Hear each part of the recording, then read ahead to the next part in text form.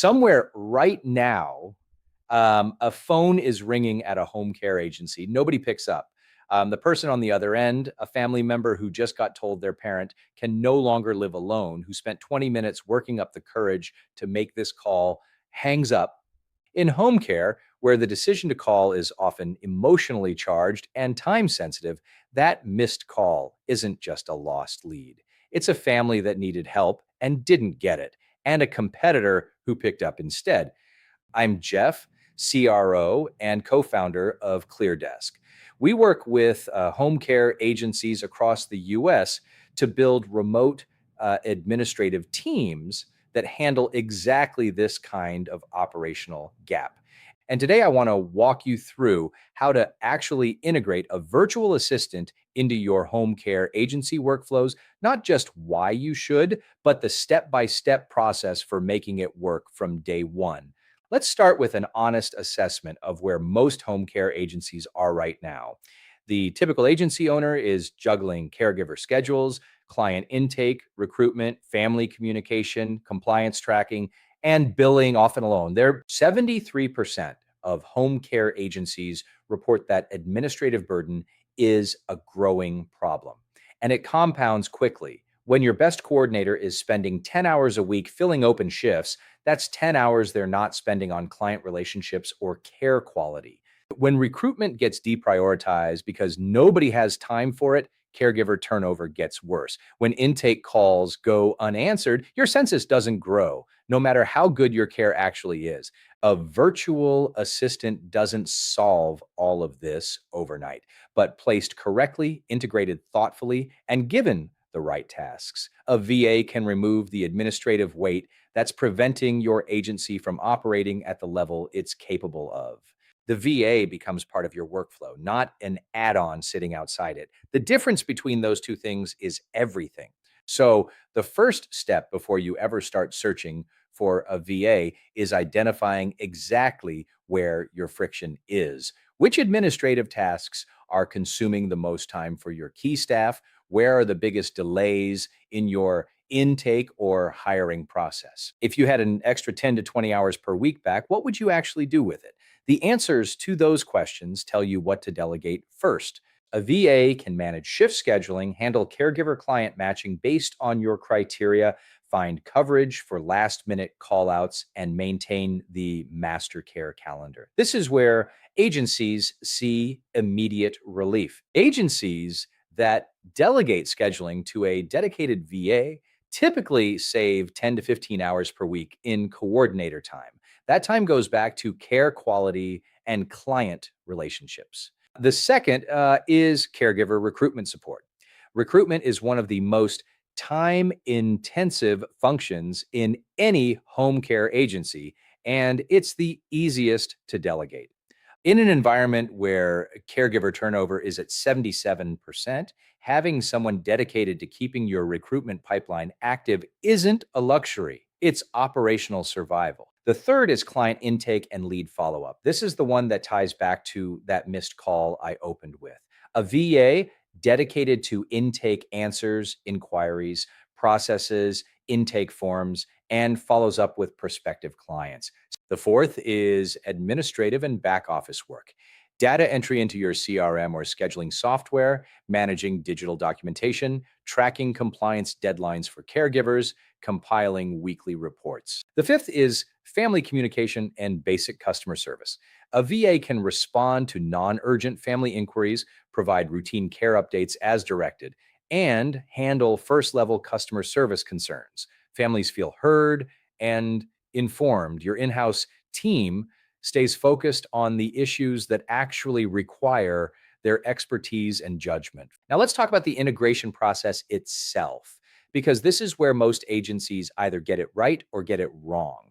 Step one is mapping your current workflows before you bring anyone on. Document your existing processes for client intake, caregiver hiring, and scheduling. Flowcharts, simple checklists, whatever format works for your team. The goal is to identify exactly where in each process a VA can plug in and take ownership. This map is also what you'll use to train them. So the more specific it is, the faster they'll be productive. Step two is creating standard operating procedures. Clear documentation is the foundation of remote success. For every task you plan to delegate, create a simple SOP, a screen recording using a tool like Loom, a written checklist, a step by step guide. Step three is setting up your communication and collaboration tools. Your VA needs access to the right technology from day one. Messaging platforms like Slack or Microsoft Teams, shared calendars, task management tools like Asana or Trello, and your phone system. These tools replace in person conversations that would otherwise happen in an office. Without them, even a highly skilled VA will struggle to stay connected and productive. Now, step four is introducing the VA to your team properly. Make a formal internal announcement, hold a virtual meet and greet, explain the VA's role clearly, and frame it correctly. The goal is to free your in house team from administrative burden, not to replace anyone. That framing matters for buy in. When your care coordinator understands that the VA is taking the scheduling calls off their plate, they become an advocate for the integration instead of a skeptic. Step five is starting with a focused pilot. Don't hand off everything on day one. Begin with one or two core tasks, managing incoming calls or screening caregiver applications. Let the VA master those responsibilities and build confidence before you expand their role.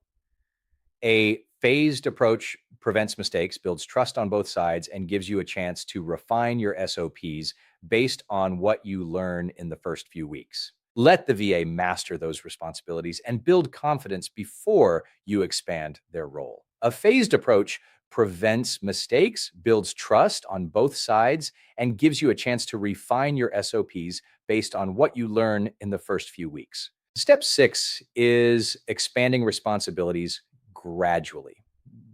Once the VA has demonstrated competence during the pilot period, begin adding more tasks one at a time using your workflow maps and SOPs as the guide. The agencies that build the most effective remote teams are the ones that treat expansion as a deliberate process rather than a test of how much they can offload at once.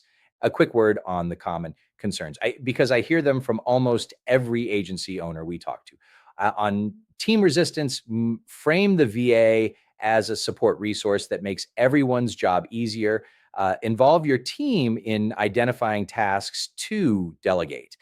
When they see the direct benefit of less administrative work on their own plate, resistance typically fades fast. On security and HIPAA, use cloud-based software with role-based permissions. So your VA only has access to the functions they need. Ensure they're trained on your privacy policies and sign a confidentiality agreement. Reputable VA partners provide HIPAA awareness training as part of their standard onboarding. On time zones, most professional VAs placed through dedicated staffing partners work full-time during US business hours. Real-time collaboration isn't a problem when the VA's schedule is aligned with yours. Here's how to measure whether it's working. Set clear goals before you start. Do you want to reduce missed calls by a specific percentage, decrease time to hire, free up a certain number of hours per week for growth activities? Then track against those goals at 30, 60, and 90 days. Weekly one-on-one check-ins with your VA matter more than any metric in the early stages. Ongoing feedback is what closes the gap between a VA who's doing the job and a VA who's doing the job exactly the way your agency needs it done. The administrative weight that's keeping your agency from growing isn't inevitable. It's a solvable problem.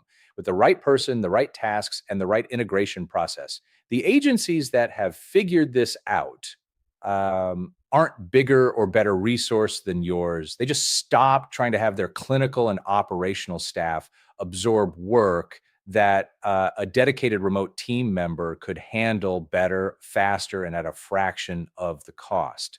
At ClearDesk, every VA we place goes through our talent assurance protocol: language testing, skills assessment, behavioral interviewing, background verification, environment auditing, and a placement match calibrated to your agency's specific workflows.